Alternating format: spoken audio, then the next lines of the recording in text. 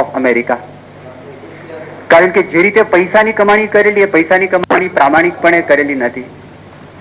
એ પૈસાની જે એમણે કમાણી કરી હતી એમાં શોષણખોરી વધારે હતી. લાગણીઓ ઘટી ગઈ, માણસ પાસે પૈસા મેળવ્યા, દાન પણ કર્યું, પણ લોકોના મનની અંદર આ વાત બેસતી નથી, એના હૃદયની અંદર આ વાત દાખલ થતી નથી, ગડબડ થઈ ગઈ. 1996 સાલમાં બાપા અમેરિકા ગયેલા અને ટેક્સાસ સ્ટેટની અંદર હ્યુસ્ટન શહેરમાં તે વખતે બધાની બહુ ઈચ્છા હતી કે બાપા ફરી વખત એન્જિયોગ્રાફી કરાવે તો સારું. પહેલી વખત એન્જિયોગ્રાફી કરાવેલી. એ બહુ સારું હોસ્પિટલ હતું, સેન્ટ લુક હોસ્પિટલ. અને ડોક્ટર માથુર જે આપણા પ્રાઇમ મિનિસ્ટર નરસિંહ રાવ, એ નરસિંહ રાવના પણ પોતે ફિઝિશિયન હતા. સ્વામીને મળવા માટે આવેલા. એના અંતરમાં ઈચ્છા થઈ કે બાપાને 1983 હાર્ટ એટેક આવેલો, તો અત્યારે જો કરાવે તો સારું અને હું જાતે પોતે કરીશ. અને સેન્ટ લુક હોસ્પિટલમાં એ પોતે હતા. હવે જ્યારે કોઈ પણ એન્જિયોગ્રાફી કરાવે ને, તો એન્જિયોગ્રાફી જે વખતે કરાવતા હોય તો તે વખતે ત્યાં આગળ ઇમરજન્સીની અંદર કોઈ માણસ સર્જરી, હૃદયનું ઓપરેશન કરી શકે એવા સર્જનની ટીમ ત્યાં આગળ મૂકવામાં આવે જ. કોઈ પણ એન્જિયોગ્રાફી જ્યાં થતી હશે ત્યાં બાયપાસ સર્જરી કરી શકે એવા ડોક્ટરો હાજર જ હોય. તો પ્રમુખ સ્વામી માટે એને ગોઠવણ કરેલી ડેન્ટન કુલીની. ડેન્ટન કુલી એટલે વર્લ્ડની અંદર one of the most renowned heart surgeons. વર્લ્ડના જે ટોપ મોસ્ટ પ્રખ્યાત હૃદયના ડોક્ટરો કહેવાય, એમાં આંગળીને વેઢે ગણાય. એમાં ડેન્ટન કુલી, માઇકલ ડિબેકી, ક્રિશ્ચિયન બર્નાર્ડ, આ બધાના નામ અંદર આવે. એવા જબરજસ્ત મોટા ડોક્ટર સુબ્રમણ્યમ, જે બાપાની પછી બાયપાસ સર્જરી જેમણે કરાવી. હવે હું તમને એ વાત કરું છું કે ડેન્ટન કુલી પોતે ત્યાં આગળ ઇમરજન્સી માટે હતા. એન્જિયોગ્રાફી બહુ વ્યવસ્થિતપણે પતી ગયું, બાપાને કશું થયું નહીં. સ્વામી તો બહાર આવ્યા અને સ્વામીએ વાત કરી. મને તો એ કરતા હતા ને ત્યારે હું ઊંઘી ગયો હતો, ત્યારે હું સુઈ ગયો હતો. અમે બધા બહાર રાહ જોઈએ કે ડોક્ટર માથુર આવીને સમાચાર કયા આપે છે. ડોક્ટર માથુર બહાર આવ્યા અને વાત કરી કે બહુ વ્યવસ્થિતપણે થઈ ગયું છે. સ્વામીને કહ્યું કે આપને કંઈ થયું? શરૂઆતમાં બાપાને પ્રિપેર કરેલા કે તમારા શરીરની અંદર જયારે ડાય ઇન્જેક્ટ કરે તો શરીરમાં તમને ગરમી લાગશે. પછી યોગીચરણ સ્વામી સમજાયું. સ્વામી કે મને તો ગરમી લાગી નથી, મને કશું થયું નથી. અને તે વખતે હું તો સુઈ ગયો હતો, મને તો ઊંઘ આવી ગઈ હતી. માથુરના મનમાં નવાઈ લાગી કે આ તો ગજબ પેશન્ટ લાગે છે. પછી સ્વામી આવ્યા અને ત્યાં આગળ આરામ કરતા હતા. સાંજના 4 વાગે ડેન્ટન કુલી આવ્યા અને મને ખબર નહીં ડેન્ટન કુલી છે, પણ ડેન્ટન કુલી વિશે મેં એક બુક ચોઇસની અંદર બુક સેક્શનમાં આખો લગભગ 3-4 વર્ષ પહેલા લેખ વાંચેલો. એ વ્યક્તિએ પોતાના જીવનકાળ દરમિયાન લગભગ 85,000 ઓપન હાર્ટના ઓપરેશન કરેલા. એવી મોટે જબરજસ્ત સમર્થ વ્યક્તિ. પણ એ વ્યક્તિની દીકરીએ આપઘાત કર્યો, 17 વર્ષની છોકરી. અમે જે વર્ષે ગયા, આગલા જ વર્ષે વાત નીકળી. આપણા સત્સંગી ડોક્ટર ભરતભાઈ પટેલ, એ ભરતભાઈએ વાત કરી કે સ્વામી તમે મને એક પ્રસંગ અક્ષરધામમાં જાણવા મળેલો, એ પ્રસંગનો મેં ઉલ્લેખ કર્યો. મેં કીધું આ ડેન્ટન કુલી, ડોક્ટર માઇકલ ડિબેકી, એ બે વચ્ચે અંદર ઘણા બધા ઘર્ષણના પ્રસંગ થયેલા છે. વાત સાચી છે કે સ્વામી? વાત સાચી છે. મેં જાતે માઇકલ ડિબેકીની જે ટ્રેનિંગ લીધેલી છે, વાત સાચી છે. પછી એમણે વાત કરી.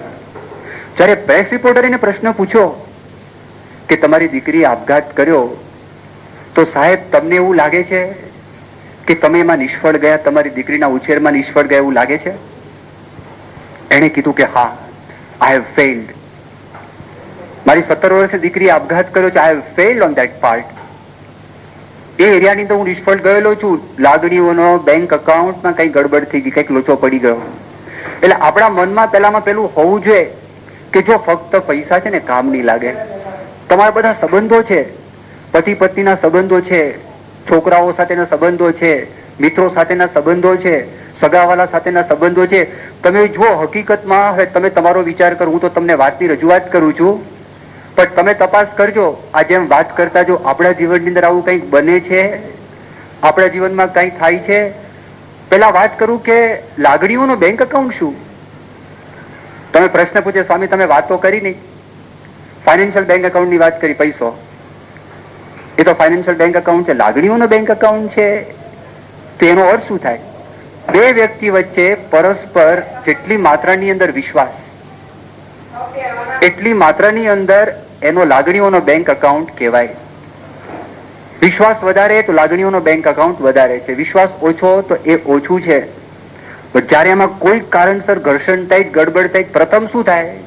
જો ભણેલા ગણેલા પતિ પત્ની હોય ને, એ લોકો ઝઘડો ના કરે. હા, કાંઈક સંસ્કાર મેળવીને આવ્યા હોય અને કંઈક એને કંઈક સમજ હોય, કંઈક ભણતર પ્રાપ્ત કરીને ઝઘડા ના કરે. બંને એકબીજાના વ્યૂઝને, બંને એકબીજાની લાગણીઓને રિસ્પેક્ટ કરે, પણ વાત ના કરે. છૂટા થઈ જાય. છૂટા થઈ જાય, રિસ્પેક્ટ રાખે, fine, you keep your distance, I keep my distance. તમે તમારા રસ્તે, હું મારે રસ્તે. એ ફર્સ્ટ થાય છે લાગણીઓના બેંક એકાઉન્ટની અંદર ખાધ પડવાની શરૂઆત થઈ. હવે ખાધ આગળ વધે તો નેક્સ્ટ સ્ટેપમાં શું થાય? રિસાય, મૌન. નેક્સ્ટ સ્ટેપ બોલવાનું જ નહીં, એકદમ આમ જોયે તો સામું જ નહીં જોવાનું. આંટી, આપણા સત્સંગના શબ્દોની અંદર આંટી જો થાય છે. છોકરાઓ અહીંયા બેઠા છે, તમારા મા બાપનો વિચાર કરજો, અને મોટા માણસો બેઠા, તમે અંદર અંદર વિચાર કરજો. પતિ પત્ની છે, ફાધર મધર છે, આપણા નીચેના છે, જો વિચાર કરજો હકીકતમાં શું થાય. તમારી ખાત પડે શું થાય? બારણા ભટકાય, ધડી નીકળી જાય. પછી શું થાય? વસ્તુ વાસણ પછડે, ભૂડું લો તપેલી તમારી, લો ખાવાનું નાખે, ધડીંગ ધીંગ નાખે. હજી ગડબડ થાય તો શું થાય? ગાળા ગાળી, બોલા બોલી થાય, શરૂ થાય કે તમારી સાથે લગ્ન મેં ક્યાં કર્યા, મરી ગઈ હું. બોલો કે મને ખબર નહીં તું આવી હોઈશ, મને પહેલેથી ખબર હોત તો કોઈ દિવસ જિંદગીમાં તારું મોઢું જોયું ના હોત. એટલે જીભા જોડીને ગાળા ગાળી શરૂ થઈ. એનાથી જો ખાદ આવવા માંડે, અને એ ખાદ આવે તો એ ખાદ ક્યાં આગળ જાય? મારામારી. જે શૂરવીરો બીજાને મારે. આમ એવું નથી કે પુરુષ મારે, એવું નહીં, બૈરું મારે, બંને મારે. પુરુષ હોય તો પુરુષ તો કે રોજ મારે, દડાધડ દડાધડ. એ મહેરબાની કરીને અહીંયા આગળ આવ્યા છો, આપણે ખાલી આ 7 habits of highly effective people પર વાત સાંભળી કપડા ખંખેરીને જવાનું નથી. આ હાથ ઉપાડવાની મહેરબાની કરીને પ્રક્રિયા કરશો નહીં. બહુ મોટું ડિપોઝિટ તમારે છે ને, પાછું તમે ખેંચી લો, ડેબિટ થઈ જાય છે, જબરજસ્ત. ક્રેડિટ તો કશું રહેતું જ નથી. અને એમાંથી પણ ખાત થાય તો કોર્ટ કચેરી અને પૈસાની બરબાદી. એના સિવાય કશું જ નથી. છેલ્લે સેપરેશન અને ડિવોર્સ. આ મેં તમને ફક્ત પતિ પત્નીને વાત કરી, પણ મિત્રો વચ્ચે પણ આવું થાય, સગાવાલા વચ્ચે પણ આવું થાય, સત્સંગની અંદર પણ આવું થાય. આંટીની વાત કરી આપણે, ત્યાં આગળ યોગીજી મહારાજ કે પ્રમુખ સ્વામી બહુ સરળ ભાષાની અંદર આપણને સમજાવે છે કે આંટી છે તો આંટી પહેલી કઈ આંટી છે? ડોક્ટર સ્વામી એક નવું ઇન્વેન્શન કર્યું, હવામાં લીટો. લીટા પડે એમ, હવામાં લીટો. હવામાં લીટો દેખાય?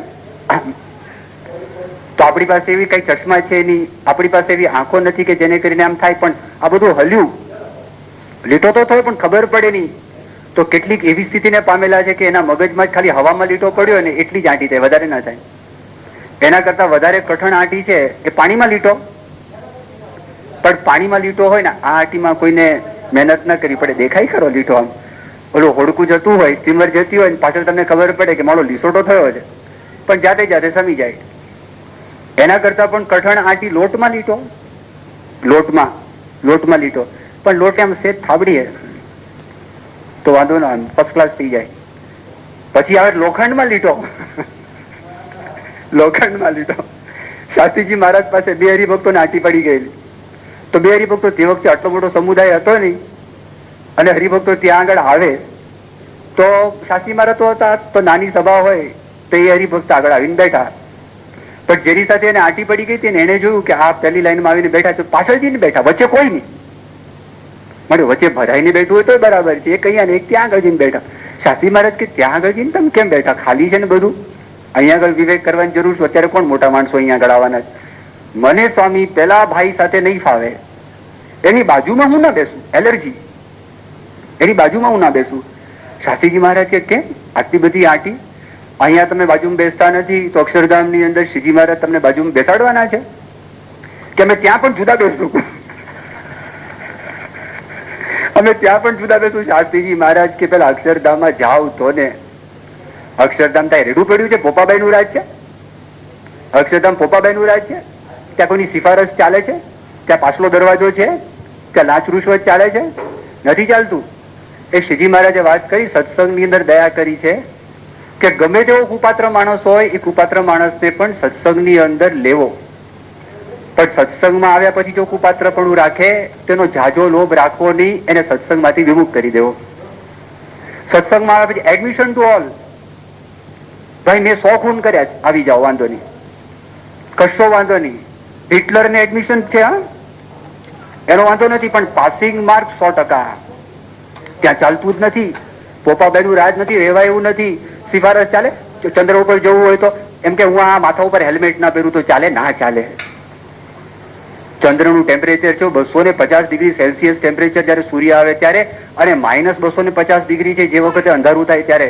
તો તારા હેલ્મેટ વગર જીવવાનું જ કેવી રીતે? એના સ્પેશિયલ સૂટ છે, એના વગર માણસ રહી શકે નહીં. તો એક ચંદ્ર ઉપર રહેવું હોય તો પણ આપણને સ્પેશિયલ સૂટ ધારણ કરવું પડે. તો ભગવાનની સર્વિસમાં રહેવું હોય તો એમને પોપાબાઈનું રાજ, ગવર્મેન્ટની સર્વિસમાં રહેવું હોય તો હોદ્દા પ્રમાણે, આઈએએસ હોય તો સેક્રેટરી, એ ના હોય તો જીએસ, એ ન હોય તો પછી આખી સિરીઝ છે, એ ચાલે છે. પણ જો મારું કહેવાનું શું, ભગવાન પાસે રહેવું હોય તો આપણે ગ્રહણ કરવું પડે, એ સિવાય ત્યાં આગળ ચાલતું નથી. શાસ્ત્રી મહારાજ એટલા માટે વાત કરી કે ભાઈ ત્યાં આગળ પોપાબાઈનું રાજ નથી, તમારે આમાં કાંઈક તમારા જીવનની અંદર ફેરફાર કરવો પડશે. લાગણીઓનો મેં તમને અર્થ કીધો, લાગણીઓના બેંક એકાઉન્ટનો અર્થ કીધો, બંને વચ્ચે પરસ્પર વિશ્વાસ કેવી રીતે વધે. અને બહુ સરસ વાત કરી છે, 6 મુદ્દા બતાવેલા છે. એ 6 મુદ્દા બતાવેલા છે કે જેને કરીને આપણે જો એ કરતા રહીએ તો એને કરીને નિયમિતપણે આ લાગણીઓનો જે અકાઉન્ટ છે ને વધતો જાય. અને જયારે વધી ગયો હોય ને તો તમે જો પરસ્પર માણસ પર વિશ્વાસ હોય ને તો વિશ્વાસની અંદર તમે ભૂલમાં કંઈક ગડબડ સડબડ બોલી જાઓ ને તો સામેની વ્યક્તિ તમારો ભાવ કલ્પીને એને વિશે કોઈ ફેરફાર ન થાય. જેમ યોગીજી મહારાજ હતા તો યોગીજી મહારાજ બોલી ગયા, યોગીજી મહારાજે કીધું ચોખાવાલા સાહેબનું ઉદ્ઘાટન થશે. ઓલા ગોંડલ ગુરુકુળની અંદર ગોંડલ ગુરુકુળ છે ને ઉદ્ઘાટન હતું, અને ગોરધનદાસ ચોખાવાલા એજ્યુકેશન મિનિસ્ટર હતા, એના હાથે ઉદ્ઘાટન રાખેલું. જોગી મહારાજ કે હવે ચોખાવાલા સાહેબનું ઉદ્ઘાટન થશે. તો ચોખાવાલા સાહેબ હશે, કારણ કે હસવા લાગ્યા, કારણ ચોખાવાલા સાહેબને ખબર હતી કે યોગીજી મહારાજનો ભાવ જુદો છે ને, લાગણીઓનું બેંક એકાઉન્ટ ભરપૂર 100%, 100%. આમ બોલે ઓલા જીવતા માણસે કે મહરૂમ મહારાજ વીર, ઓલા પધારેલા ભાવનગરના રાજા વીરભદ્રસિંહજી અને જોગી મહારાજ બધા સંતોને વાત કરી હતી કે સંતો તમે માથે ઉપર પાક બાગ બધા પહેરીને આવજો, આમ સરસ લાગે, આ તો રાજા કહેવાય, આપણે સન્માન કરવું પડે. એ ત્યાં આગળ આવ્યા, યોગીજી મહારાજના આશીર્વાદનો વારો આવ્યો. યોગીજી મહારાજ કે મહરૂમ મહારાજ પધાર્યા. તે હકા ખાચર તો એકદમ આમ કાપો તો લોહી ના નીકળે. હકા બાપુ દરબાર ખરા ને ખબર પડે મહરૂમ મહારાજ, જોગી બાપાને કઈ ખબર પડે છે કે નહીં, માણસ ધામમાં પહોંચી ગયો પછી મહરૂમ કે. પણ વીરભદ્રસિંહજીને આનંદ તો ખબર નહીં, ખબર જ પડી રહી શું બોલે યોગી બાપા.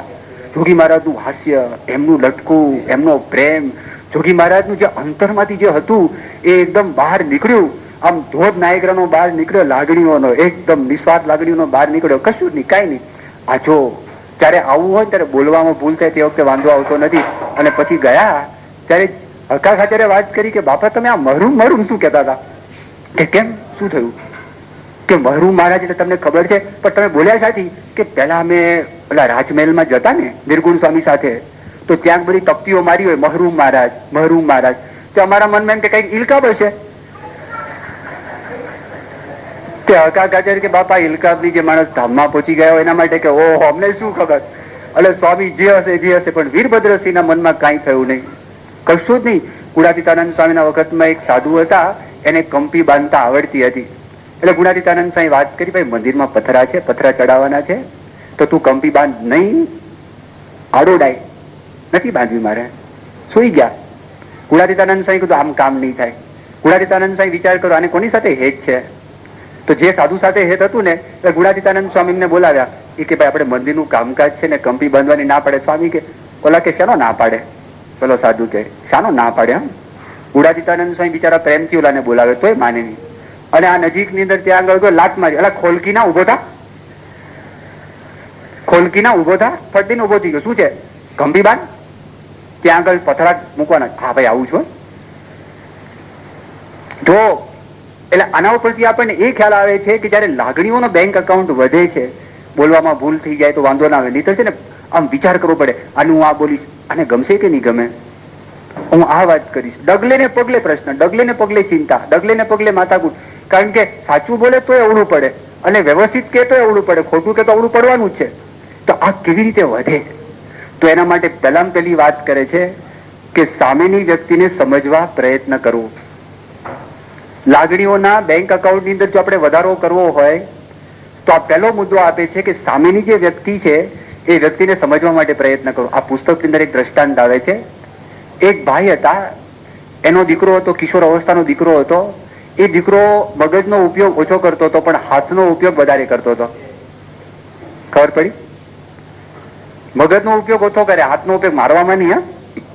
મારવાના અર્થમાં નથી કેતો, મારવાના અર્થમાં વાત નથી કરતો, પણ કંઈક કૃતિ બનાવી હોય, કંઈક વસ્તુ બનાવી હોય એની અંદર હતું. એના બાપના મનમાં થયા જ કરે કે છોકરો મગજનો ઉપયોગ કરે તો વધારે સારું અને હાથનો ઉપયોગ કરે મને વાંધો નથી. રોજ પ્રશ્ન થાય, રોજ ઘર્ષણ થાય અને છોકરો ના પાડે કે ભાઈ મારે તો બરાબર જે છે એ બરાબર છે. સ્ટીફન કોવીને મળે છે. એને વાત કરી, મારા ઘરમાં કિશોર અવસ્થાનો છોકરો છે, એને આ પ્રશ્ન છે, આમાં કઈ ઉપાય છે? એને કીધું તું એક કામ કર, તને તારો દીકરો જેટલો વાલો છે ને તો એટલું જ વાલું તું બીજું એક કામ કર કે કઈ વસ્તુને વાલી કરું. તારા દીકરાને જે વાલી વસ્તુ છે ને એમાં તું એટલો જ પ્રેમ રાખ જેટલો પ્રેમ તને તારા દીકરા ઉપર છે. આજુ બરોબર ધ્યાન રાખીને સાંભળજો. આ કરવું છે એક દિવસનું કામ નથી, પણ જયારે થાય છે એનો આનંદ જુદો હોય છે. તમને આખા જીવન સુધી બધું સુખદાયી આવશે, પૈસા પણ સુખદાયી થશે, તમારી આવડત પણ સુખદાયી થશે, બધું સુખદાયી થશે. આના માટે પુરુષાર્થ કરવાનો, મહેનત કરવાની કે તારા દીકરાને જે વાલું છે અને તને તારો દીકરો જેટલો વાલો છે એટલી માત્રામાં એને જે વસ્તુ વાલી છે ને તું કર. એને તું કાને હાથથી બનાવવું ગમે છે. છોકરા સાથે થોડીક વાતચીત કરી, ખબર પડી કે તારો અત્યારનો પ્રોજેક્ટ કયો છે. છોકરાના મનમાં ઈચ્છા હતી કે ચીનની દિવાલનું મારે મોડલ બનાવી છે, ચીનની દિવાલની મોડલ. એના બાપે કીધું કે ભાઈ ક્યાં બનાવી? કે ઘરમાં. ઘર મોટું, અમેરિકાના ઘર મોટા, એકરમાં તમારું ઘર વચ્ચે પડેલું હોય, જગ્યા હોય મોટી, જગ્યા મોટી, કે ત્યાં બનાવી. એના બાપ કે સારું, હું તને મદદ કરું. બોલા નવાઈ લાગી, મારો બાપ મને મદદ કરશે આની અંદર? તો કે હા હું તને મદદ કરું. તો 1.5 વર્ષ સુધી પ્રોજેક્ટ ચાલ્યો. 1.5 વર્ષ સુધી કોઈ દિવસ એના બાપે એને કીધું નથી તારું મગજ ચલાવો. એની ભેગારીને પ્રેમથી કામ કરતા ગયા. 1.5 વર્ષ પૂરું થયું, ચીનની દિવાલ તૈયાર થઈ ગઈ. એ લોકો નજીકની અંદર આવ્યા, એકબીજા માટે પ્રેમ ઉત્પન્ન થયો. છોકરાના મનની અંદર એમ થયું કે મારા બાપની સામે મારે કાંઈ ડિફેન્સ કરવાની જરૂર નથી. એનું મન એકદમ શાંત થયું. એના મનમાં વિચાર થયો, મારો બાપ મને કહે છે મારે મારા મગજનો પણ ઉપયોગ કરવો જોઈએ, આપેલું છે ને એનો પણ ઉપયોગ કરવો જોઈએ, એ પણ ડેવલપ કરવું જોઈએ, એનો પણ વિકાસ કરવો જોઈએ. તરત મનમાં થયું સામેની વ્યક્તિને આપણે સમજવા માટે પ્રયત્ન કરવો જોઈએ. યોગી મહારાજ તમે જો, યોગી મહારાજનો બેંક અકાઉન્ટ, લાગણીઓનો બેંક અકાઉન્ટ કેમ ફૂલ હતો એકદમ હંમેશને માટે. યોગીજી મહારાજ સામેની વ્યક્તિને વ્યવસ્થિતપણે સમજતા હતા. ચંદુભાઈ વિદ્યાધિકારી એ બોચાસણ આવેલા અને શાસ્ત્રીજી મહારાજના વખતમાં ત્યાં આગળ ઉત્સવ હતો, એ ઉત્સવની અંદર આવ્યા. ચંદુભાઈ વિદ્યાધિકારી ભાવનગરના જે મહારાજા ભગવતસિંહ બાપુ, એમાં એજ્યુકેશન મિનિસ્ટર કહેવાય ને, એ વિદ્યાના અધિકારી હતા. આમ ચંદુભાઈ પટેલ નામ, એના દીકરા કેસી પટેલ કરીને છે. એને એનો છોકરો મળીને અત્યારે ગુજરાતમાં સૌથી વધારે ઇન્કમ ટેક્સ ભરે છે. એમના જ બાપુજી, કેસી પટેલના બાપુજી એટલે ચંદુભાઈ પટેલ અને ચંદુભાઈ વિદ્યાધિકારી. હવે એમને યોગીજી મહારાજનો યોગ થયો, એમને શાસ્ત્રીજી મહારાજનો યોગ થયો. બોચાસણ મંદિરની અંદર ત્યાં આગળ આવ્યા. સવારના 4 વાગે છે ને ચંદુભાઈ આમ જાગી ગયા. એ જાગી ગયા ને જોગી મહારાજ જોયે, જો સામેની વ્યક્તિને સમજવા માટે આપણે પ્રયત્ન કરીએ. જોગી મહારાજ કેટલી વ્યક્તિઓને સમજી શક્યા હશે કે જેવા ઉભેલા જોયા અને આગા પાછા થતા હતા, એને સંડાસ જવું હતું. પણ આવડા મોટો માણસ ક્યાં સંડાસ મંદિરની અંદર, કંઈક બિચારાને સવારના 4 વાગે કંઈક પેટમાં ગડબડ થઈ હશે, અનુકૂળ નહીં આવ્યું હોય કે ઝાડા બાડા થઈ ગયા હશે. જોગી મહારાજ જેવા જોયા ને, જોગી મહારાજ સીધો જ પ્રશ્ન પૂછ્યો કે જાજરે જવું છે? તો કે હા, ઉભા રહો હમણાં. જાજરે જવું છે એટલે બતાવ્યું નહીં અહીં જાજરું છે, એ પણ થઈ શકે. જોગી મહારાજ ત્યાં આગળ તમે હમણાં ખમો, જોગી મહારાજ લોટો લઈને આવ્યા, એક ફાનસ લઈને આવ્યા. ત્યાં ખુલ્લા જાજરા તે વખતે હતા, તો ત્યાં આગળ જોગી મહારાજ ગયા ને કીધું આ તમે લોટો લો, આ ફાનસ તમારી સાથે તમે અંદર લઈ જાઓ. અને જોગી મહારાજ બહાર ઉભા રહ્યા. એ જાજરું પતાવીને આવ્યા, એ બહાર આવ્યા, એમને ક્યાં હાથ ધોવો એ પણ ખબર નથી. મોટા માણસ મંદિરમાં આવી ગયા હોય પછી ખબર ના હોય, તું ક્યાં જવું ખબર નહીં, કશું ખબર નહીં. જોગી મહારાજે મેં હાથ ધોવરાવ્યા. આખી જિંદગીની અંદર કોઈ દિવસ આ નાનો પ્રસંગ યોગીજી મહારાજનો પોતે ભૂલી શકેલા નહીં. બીજો એક પ્રસંગ જોગી મહારાજનો છે. જોગી મહારાજ ગોંડલમાં હતા ને, ત્યાં આગળ શરદ પૂનમનો ઉત્સવ હતો અને શરદ પૂનમનો ઉત્સવ પૂરો થયો. એ ઉત્સવ પૂરો થયા પછી ત્યાં બધા લાઈનમાં દર્શન કરવા માટે આવે ને, તે દર્શન કરતા હતા. એક વાળંદ રામોદ ગામનો આવ્યો. આટલી ગળદી, વિચાર કરજો, શરદ પૂનમનો ઉત્સવ છે. ઉત્સવ પૂરો થયા પછી લાઈનમાં એક પછી એક હરિભક્તો દર્શન કરવા માટે આવે છે. આપણા મનની અંદર ઘણી વખત થાય કે આ બધું યાંત્રિક છે, આ બધું ઓટોમેટિક છે, એમને એમ ચાલ્યા કરે છે. જોગી મહારાજે પેલા વાળંદને જોયા અને જોગી મહારાજે પૂછ્યું, તમને કમળો થયો છે? ખબર નહીં, એટલી ગળદીની અંદર જોગી મહારાજની આંખ સામે જોઈ લીધું કે હા સ્વામી, મને કમળો થયો છે. અહીંયા ઉભા રહો બાજુની અંદર. જોગી મહારાજે એક સેવકને વાત કરી, તાત્કાલિક અત્યારે ભંડારીને બોલાવો. ભંડારીને બોલાવીને વાત કરી કે આ વાળંદને કમળો થયો છે, રામોદ ગામથી પોતે આવેલા છે. જોગી મહારાજ ક્યાંથી આ મેડિસિનની વાત જાણી હશે કે જેને કમળો થયો હોય એ ચરબી તેલ ના ખાઈ શકે, એ ફેટ્સ કોઈ પણ વસ્તુ ના ખાઈ શકે, ઘી ના ખાઈ શકે, એના માટે સ્પેશિયલ ખાવાનું કરાવવું પડે. એ જોગી મહારાજને ક્યાંથી ખ્યાલ, શું ખ્યાલ આપણને ખબર નહીં, પણ જોગી મહારાજે બોલાવી દીધા. જોગી મહારાજે કીધું આના માટે તમે જુદી રસોઈ બનાવો. એ જુદી રસોઈ બનાવી વાળંદ માટે. તમે વિચાર કરો, આ જે આવ્યું એ લાગણીઓનો બેંક અકાઉન્ટ ફૂલ થઈ જાય એક જ પ્રસંગની અંદર. એ જિંદગીની અંદર એ વાળંદ કોઈ દિવસ ભૂલેલા નહીં. એક વખત ડોક્ટર સ્વામી એમને પૂછ્યું, ડોક્ટર સ્વામી વાત કરી કે તમે નિત્ય નિયમ રાખીને અહીંયા આગળ સંતોનું મુંડન કરવા માટે આવો છો, તો તમને જોગી મહારાજ પાસે પણ તમે સેવા કરતા હતા, તો તમને એવો કઈ પ્રસંગ બન્યો છે? તે વખતે આટલા બધા પ્રસંગ બની ગયા છે. આ પ્રસંગ એમણે યાદ કર્યો. આ પ્રસંગની વાત કરી કે આવો મારા જીવનમાં યોગી બાપા, આટલા બધા મોટા લાખોપતિ માણસો આવે અને હું સામાન્ય માણસ કેવો, એક વાળંદ કહેવાઉં. જોગી મહારાજ ગળદીની અંદર ઓળખી ગયા કે આને કમળો થયો છે. અને જોગી મહારાજ જો સામેની વ્યક્તિને સમજવા માટે પ્રયત્ન કરો તો આ કામ થાય. ખબર નહીં, આ તો ભગવાનની આપેલી અમુક વાતો છે, એ તરત ખબર પડી જાય. અમને આવો એક અનુભવ થયો તો પ્રભુ સ્વામી 1987 સાલમાં લોનાવાલા એક શિબિર હતી. પરદેશના હરિભક્તો આવેલા. પરદેશના હરિભક્તોના મનની અંદર થયું કે આપણે શિબિર અહીંયા આગળ આવ્યા છે, શિબિર કરી ક્યાં કરવું? પરદેશમાં તો ઠંડી હોય, અહીંયા ગરમી હોય, તો લોનાવાલા રાખેલી. લોનાવાલા હિલ સ્ટેશન છે. બાપા પણ ત્યાં આગળ ગયેલા, અમે કેટલાક સંતો પણ ત્યાં આગળ ગયેલા. હવે ત્યાં આગળ છે ને 2-3 દિવસની શિબિર જેવું થઈ ગયેલું. એમાં પહેલે દિવસે શું થયું, મોડું થયું. અને મોડું થયું, અમને ઉતારો આપેલો ને, તો પૂજ્ય ઈશ્વરચરણ સ્વામીની સાથે, આત્મ સ્વરૂપ સ્વામી સાથે હતા, હું અને શ્રી હરિ સ્વામી, 4 સંતો હતા. તો ગાડીની વ્યવસ્થા વ્યવસ્થિત કરી આપેલી, પણ ખબર નહીં સરનામાં કઈ ગડબડ થઈ રહી. તો જમ્યા પછી અમે નીકળ્યા, આખું લોનાવાલા ફરી લીધું, પણ મારો ઉતારો મળે નહીં. હવે કરવું શું? સાંજે પાછી 3:45-4 વાગે તો શિબિર શરૂ થાય, સ્નાન કરીને ઉભા થાય, અને રાતનો થાક હતો એટલે બપોરનો આરામ તો મળે નહીં. એટલે પછી અમારામાંથી કોઈકને વિચાર આવ્યો કે આપણે બાપાનો જ્યાં ઉતારો છે ને ત્યાં બધા પહોંચી જાઓ, ત્યાં કઈ વ્યવસ્થા થઈ જશે. પેલા ડ્રાઈવરને પૂછ્યું, બાપાનો ઉતારો ખબર છે? કે આ તો ખબર છે, ચાલો ત્યાં આગળ. ત્યાં ગયા અને કીધું કે આવી પરિસ્થિતિ થઈ કે આ રૂમ છે અને 2 મોટા મોટા લાકડાના ખાટલા હતા, ડબલ એકદમ. અને કીધું કે વાંધો નહીં, અહીંયા આપણે સુઈ જઈએ. એક ઉપર ઈશ્વરચરણ સ્વામી અને આત્મ સ્વરૂપ સ્વામી સુઈ ગયા, બીજા પર શ્રી હરિ સ્વામી, હું સુઈ ગયો. આત્મ સ્વરૂપ સ્વામીનું પ્રવચન 4 વાગે હતું, એટલે 3:30 વાગે તો આત્મ સ્વરૂપ સ્વામી નાહી ધોઈ તૈયાર થઈને જવાનું હતું, અને અમારે થઈ ગયેલું મોડું. અને એમાં થયું શું, 3:30 આત્મ સ્વરૂપ સ્વામી 3:15 ઉઠી ગયા. એ નાહી ધોઈને તૈયાર થઈ ગયા. ઈશ્વર સ્વામીને વાત કરી. ઈશ્વર સ્વામી ઉભા છે અને પૂછ્યું કે આ લોકોને ઉઠાડીએ આપણે? ઈશ્વર સ્વામી કે સુવા દો. આ લોકોને ઉઠાડતા નહીં, સુવા દો ત્યાં આગળ. પણ ખબર નહીં, આમ સંધ્યા ટાણું થવા માંડ્યું ને, એટલે મને ઠંડી લાગી. ઠંડી લાગીને ઉભો થયો. મેં ઘડિયાળ સામું જોયું ને, 5:20 થઈ ગયા. હું ચમક્યો. 4 વાગે તો શિબિર શરૂ થઈ ગઈ, જેના માટે આપણે અહીંયા આગળ આવ્યા. 5:20 તો અહીંયા આગળ થઈ ગઈ છે. શ્રી હરિ સ્વામી ઉભા ગયા. મેં કહ્યું સ્વામી ઉભા થાવ. મને કે શું છે? મેં કહ્યું 5:20 થઈ ગઈ છે. એકદમ સપાડા ઉભા થઈ ગયા અને ઉભા થઈને પાગ મૂકી અને સીધા મેં બહાર આવ્યા. એક લાંબો પટ્ટો હતો અને લાંબા પટ્ટા ઉપર અમે જેવા ઉતર્યા ને તો સીધો એ હાઈવે ઉપર રસ્તો જાય. તમે જેવા નીકળ્યા શરૂ કર્યા, પ્રભુ સ્વામી સામેથી આવતા હતા, વોકિંગ કરતા હતા. સ્વામીનો વોકિંગનો પટ્ટો હતો. એટલે અમને તો માર્યા. અહીંયા અમે આવી ગયા અને બાપા કહે મારા શિબિરનો લાભ લેવા આવ્યા છે. શિબિરનો લાભ લેવા માટે આવ્યા. આ તો અત્યારે મારા ઊંઘે છે, શિબિરનો લાભ લેવા માટે આવ્યા. હવે તો શ્રી હરિ સ્વામી બંને હતા, એટલે પ્રભુ સ્વામી સામેથી આવતા હતા અને પાઠ પહેરી આ માર્ગમાંથી બાજુમાંથી એમ નીકળ્યા. અને નીકળ્યા, પ્રભુ સ્વામીના મુખારી ઉપર કોઈ પણ એક્સપ્રેશન નહીં, કાંઈ કરતા કાંઈ નહીં, કશું જ નહીં. તમે ખોટું કર્યું, સારું કર્યું, કાંઈ જ નહીં, કશું જ નહીં. પણ તમે જો વિચાર કરો કે આ પુરુષના મનમાં જ્યારે કાર્ય થઈ જાય તે વખતે આપણને ખબર પડે કે આ પુરુષના મનમાં સતત કયા પ્રકારના વિચાર ચાલતા હશે. અમે ચાલવા માંડ્યા, રસ્તો જોયેલો. અમે કીધું શિબિરના સ્થળ ઉપર આપણે ચાલી નાખીએ, ત્યાં આગળ 15 મિનિટમાં પહોંચી જવાશે. જ્યાં આગળ 2 મિનિટ થઈને પાછળથી ગાડીનો અવાજ, હોર્ન, હાઈવે ઉપર જ. એટલે અમને થયું કે અમે સાઈડ ઉપર હવે તો છે ને હોર્ન મારવાનો. તે પાછળ જોયું ને તો આપણો ડ્રાઈવર વલ્લભ કરીને મુંબઈમાં આપણા એક સત્સંગી છે, એ ત્યાં સેવામાં આવેલા હતા. અને એ આવ્યો અને જેવું મેં કીધું શું છે, એ કે બાપાએ તમારા માટે ગાડી મોકલી છે, બાપાએ તમારા માટે ગાડી મોકલી છે. એ તરત પામી ગયા. આ ટાઈમ છે. એક પ્રવચન ગયું છે, બીજું પ્રવચન વિવેક સાગર સ્વામીનું હશે, ઉપાસના સંબંધી પ્રવચન છે.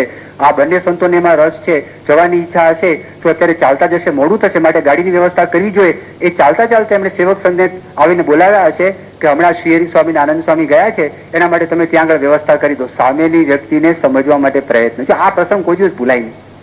કારણ કે આઉટ ઓફ ધ બ્લુ પ્રસંગ આવે, તમે કોઈ દિવસ કલ્પના ન કરી હોય, પણ એ યથાર્થપણે જાણે છે, વ્યવસ્થિતપણે જાણે છે. એમને ખબર છે કે આ વસ્તુ કયા પ્રકારની છે. પ્રમુખ સ્વામીનો તમને બીજો પ્રસંગ કહું. ડોક્ટર સ્વામી વર્ણન કરે છે કે તમે સ્વામીના જીવનમાંથી કોઈ પ્રસંગનું વર્ણન કરો. તો ડોક્ટર સ્વામી એક વાત કરી, અમે દિલ્હી જતા હતા અને ડોક્ટર સ્વામી છે ને પહેલી વખત જ પ્લેનમાં બેઠેલા અને બાપા પ્લેનની બારી પાસે બેઠા હતા અને ડોક્ટર સ્વામી બાજુમાં બેઠા હતા.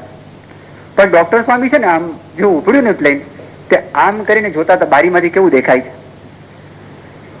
પહેલી વખત તમે જાઓ ઇંતજારી હોય ને કે કેવું દેખાય.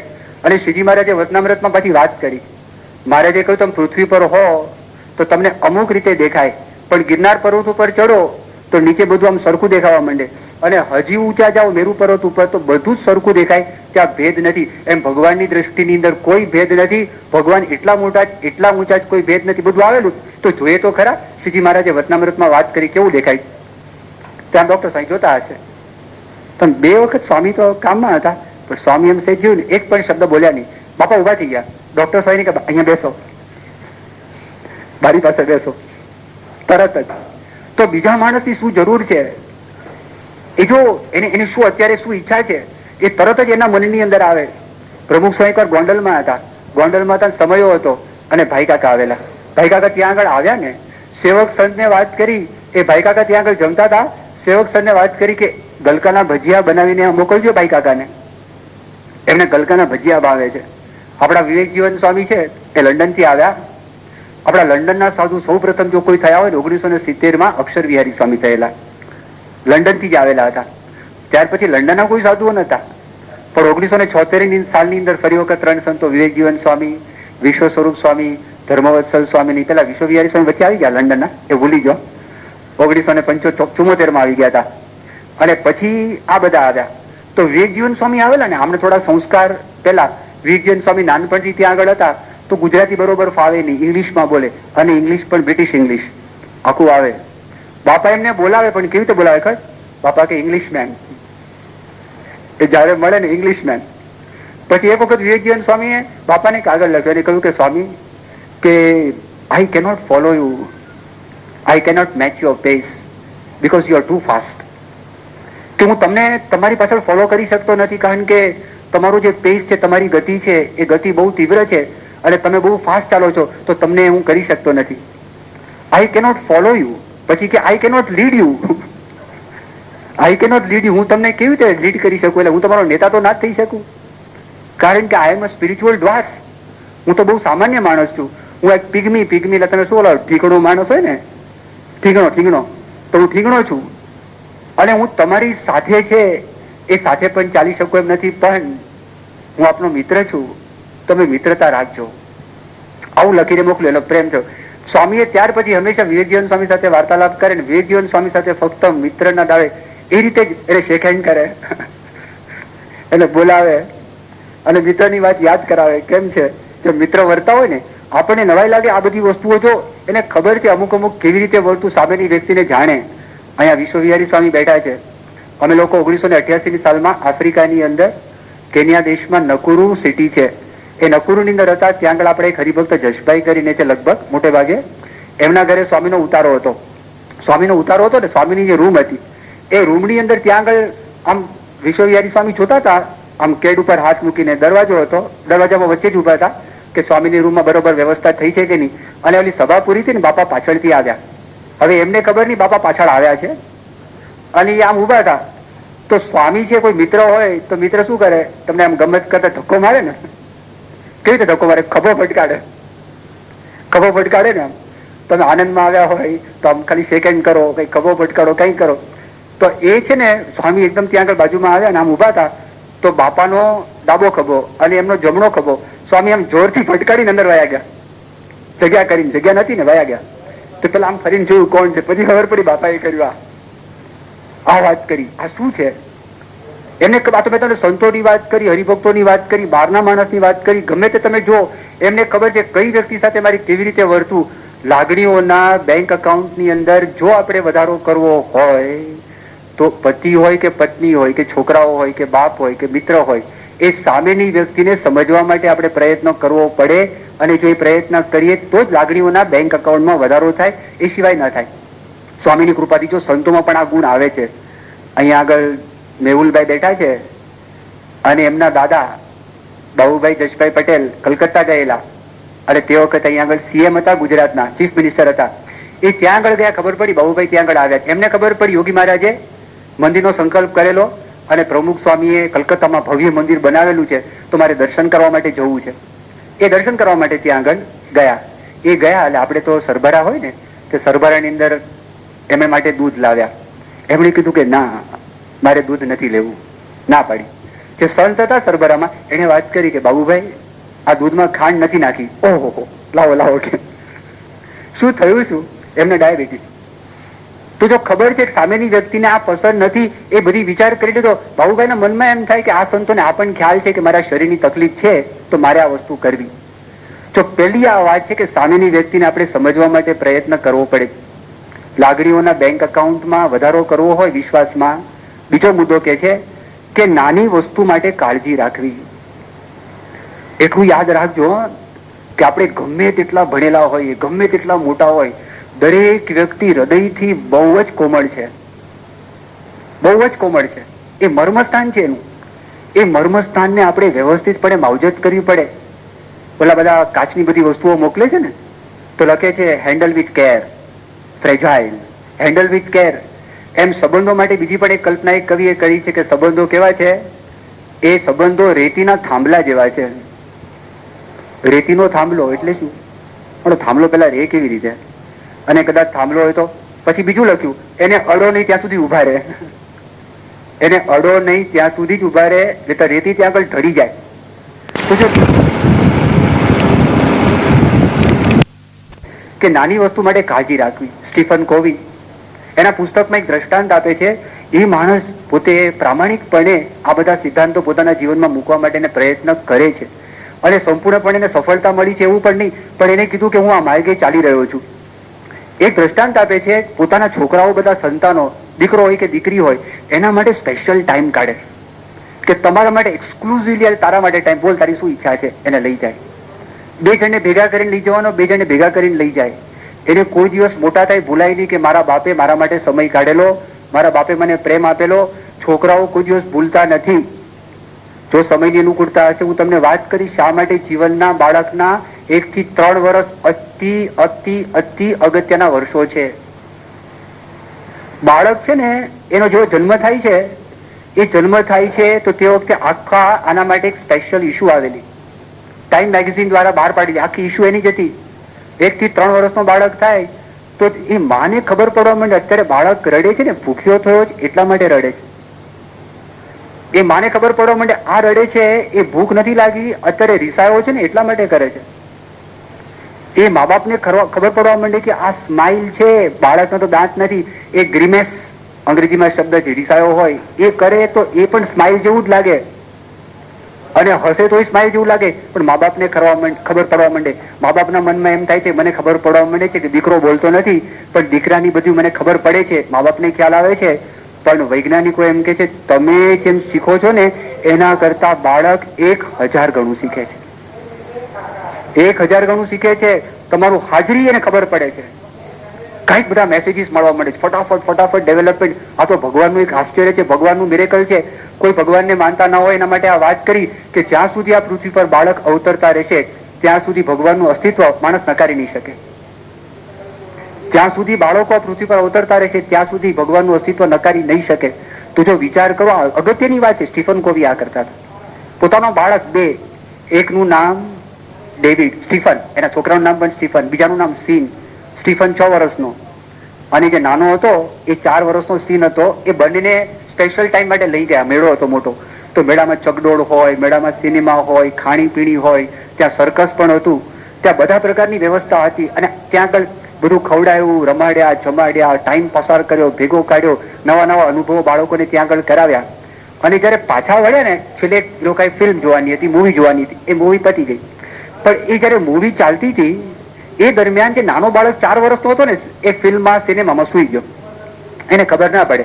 તો 6 વર્ષનો હતો ને, એ જાગતો રહ્યો, એને બધું જ જોયું, બધું પતી ગયું. ઠંડી બહુ હતી સખત તે વખતે. અને જેવા થિયેટરમાંથી બહાર નીકળ્યા અને ગાડીમાં આને 4 વર્ષના બાળકને સ્ટીફન કોવીએ ઉચક્યા, સીનને. એને ઉચકીને પાછળની સીટ ઉપર બાળકને સુવાડ્યો અને સુવાડીને થયું બહુ ઠંડી છે, પોતાનો જે કોટ હતો કોટ કાઢી નાખ્યો અને કોટ કાઢીને બાળકને વ્યવસ્થિતપણે ઓડાડ્યો, જેને કરીને ઠંડી ન લાગે. કારણ કે માણસ આરામમાં જાય ને ઠંડી વધારે લાગે, એનો નિયમ છે. જાગતા હોય ઠંડી ઓછી લાગે, પણ જયારે આરામમાં જાય ને વધારે ઠંડી લાગે. આ બધું થયું અને પોતે ડ્રાઈવ કરીને ઘરે ગયા. બાળકને પાછો ફરી વખત ઉંચક્યો, પોતે લઈ ગયા, એને સુવાડી દીધા. અને સુવાડીને હવે જે મોટો દીકરો સ્ટીફન હતો, એ સ્ટીફન સાથે એની બાજુમાં પોતે આરામમાં રહ્યા.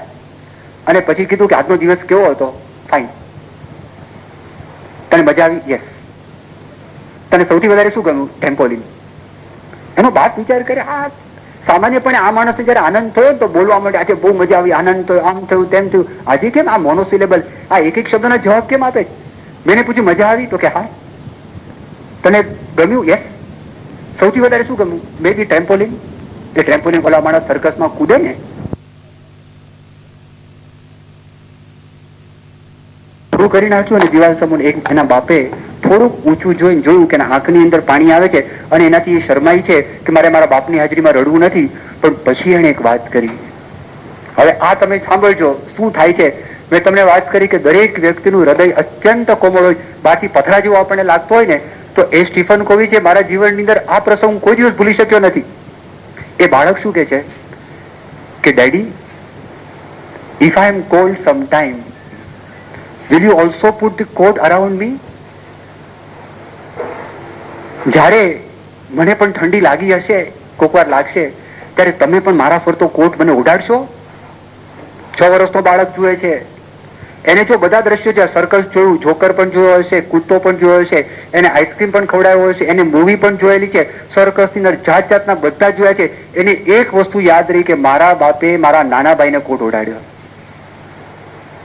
સ્ટીફન કોવી છે, લાગણીનો પ્રસંગ છે, ગમે તેટલા મોજ મજાના પ્રસંગ કરતા લાગણીનો પ્રસંગ ચડિયાતો છે, અધિક છે, વધી ગયો. જો એને કશું યાદ ન રહ્યું, આ જ વસ્તુ યાદ રહી કે તમે મારા માટે કરશો. તો સ્ટીફન કોવી કે છે બીજી વાત, લાગણીઓના બેંક અકાઉન્ટ વધારવા માટે આ બીજી વાત છે. અને એ કઈ વાત છે કે નાની વસ્તુઓ માટે આપણે કાળજી રાખવી. જો તમે મોટા પુરુષના જીવનમાં, પ્રમુખ સ્વામીનો પ્રસંગ છે, અત્યારે સાધુ છે નરેન્દ્ર પ્રસાદ સ્વામી, નાયરોબીની અંદર સેવા કરવા માટે ગયા હતા.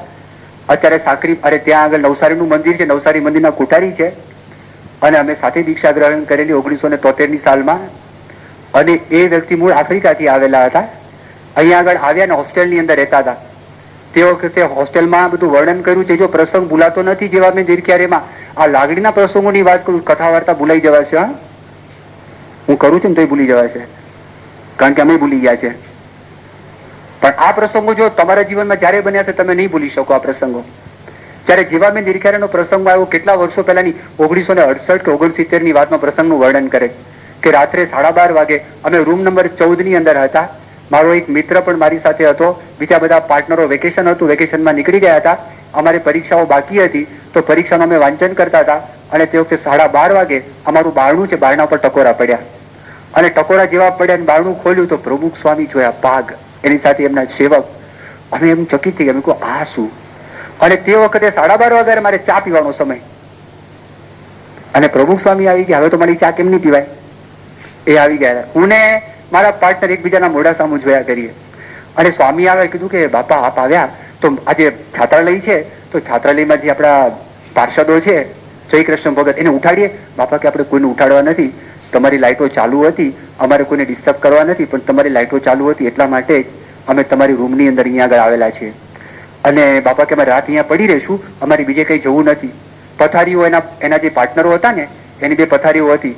અને સંતોએ કીધું કે અમે લોકો આ ખાટલા પર તમે સુઈ જાઓ. બાપા કે ખાટલાની જરૂર નથી, તમે નીચે પાથરી આપજો. પ્રમુખ સ્વામી સંસ્થાના પ્રમુખ, એ ત્યાં આગળ જાય છે એક રૂમની અંદર, અને રૂમમાં કે છે કઈ પથારી, અત્યારે તમે પથારી જો જે નથી. અને યોગીજી મહારાજ 2-3 વર્ષ પછી ધામમાં જાય છે. સ્વામીની ઉંમર પણ મોટી છે, 48-49 વર્ષથી સ્વામીની ઉંમર છે. અને એક સામાન્ય ઓર્ડિનરી રજાય તે છોકરાઓ વાપરતા હોય એ ત્યાં આગળ પાથરવાની વાત કરી. પછી આમણે હિંમત કરી, આચાર્ય રાજેન્દ્ર આચાર્ય એમનું નામ, આમ નામ અત્યારે સાધુમાં નરેન્દ્ર પ્રસાદ સ્વામી નામ છે, પણ આચાર્ય રહ્યું, બધા આચાર્ય સ્વામી તરીકે બોલાવે છે એમને. એમણે કહ્યું, બાપા આપના માટે ઉકાળો બનાવીએ તો આપ પીશો? સ્વામી કે લાવ જોઉં, હું ઉકાળો બનાવું, તમે તો રોજ બનાવો છો ને, લાવ હું બનાવું.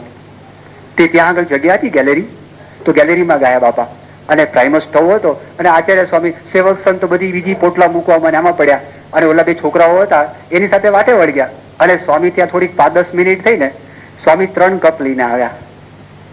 શું હતું ખબર? ચા. સ્વામી કે લો. બોલા કે સ્વામી તમને ક્યાંથી ખબર પડી અમારે ચા પીવી છે? સ્વામી કે ખબર તો હોય ને, તમે લોકો વાંચતા હો.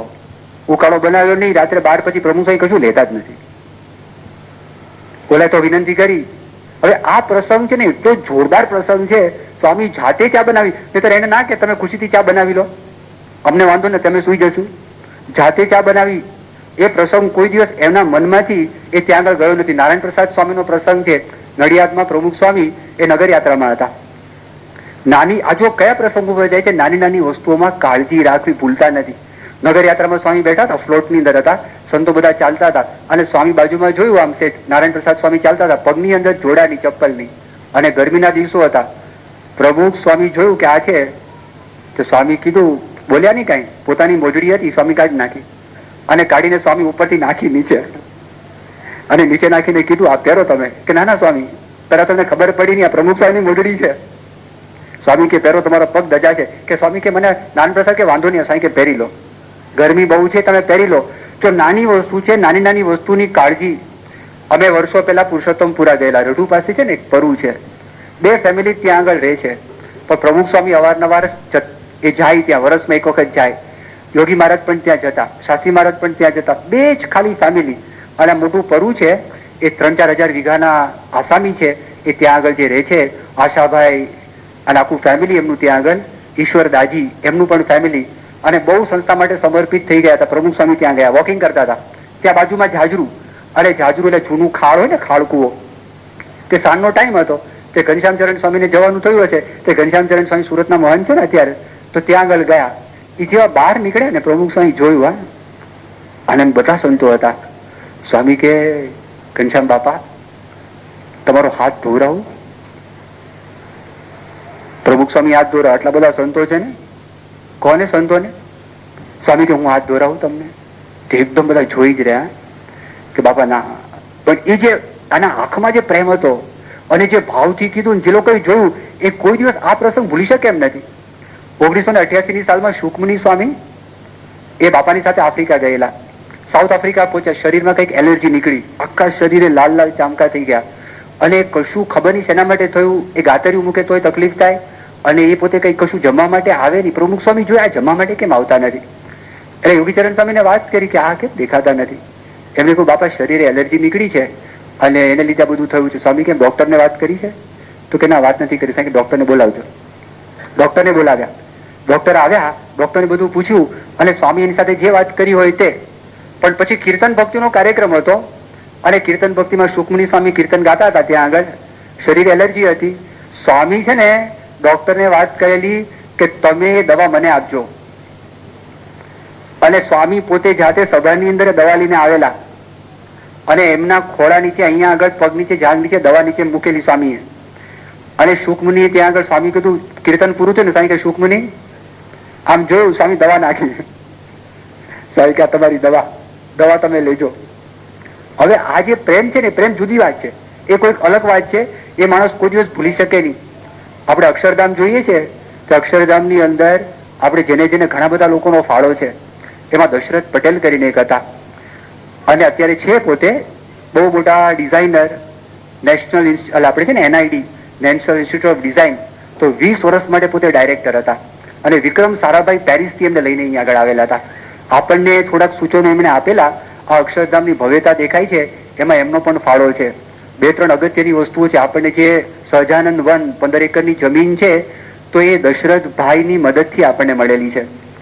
પછી તમે બીજું જુઓ કે અક્ષરધામ ફરતા આપણે પ્રદર્શનો છે ને, એ પ્રદર્શનો શરૂઆતમાં તો આપણે એવો જ વિચાર કરતા હતા કે અક્ષરધામ સ્મારકમાં બધું પ્રદર્શન ગોઠવી દેવું, વચ્ચે જ 3 માળમાં બધું જ. આટલું બધું એ ક્યાંથી ગોઠવાય? તો નાના નાના ડાયરામાં મૂકવા પડે. એટલે એમણે કીધું કે ના, આ આટલું સરસ છે, આમાં કોઈ પણ એક્ઝિબિટ મુકાય જ નહીં, આટલું ભવ્ય છે, એની તાકાત આટલી બધી, તાકાત ટળી જશે, માટે મુકાય જ નહીં, માટે મૂકતા જ નહીં. અને ત્રીજી વાત કરી પરિક્રમા, વચ્ચે પ્રદર્શન ને બેની વચ્ચે દશરથભાઈનો બહુ મોટો ફાળો. અક્ષરધામના કામ નિમિત્તે અમેરિકા ગયેલા પ્રમુખ સ્વામી તે વખતે અમેરિકા હતા. એમને કેડનો દુખાવો શરૂ થયો. સ્વામી ડોક્ટર હર્ષદભાઈ ભટ્ટ ઓર્થોપેડિક સર્જનને બોલાવ્યા કે તમે દશરથભાઈને બરોબર જોઈ લેજો. એના દવાખાને લઈ ગયા, બધું ચેકિંગ કર્યું, વ્યવસ્થિત ચેકિંગ કર્યું, બધી દવાઓ પણ ડોક્ટર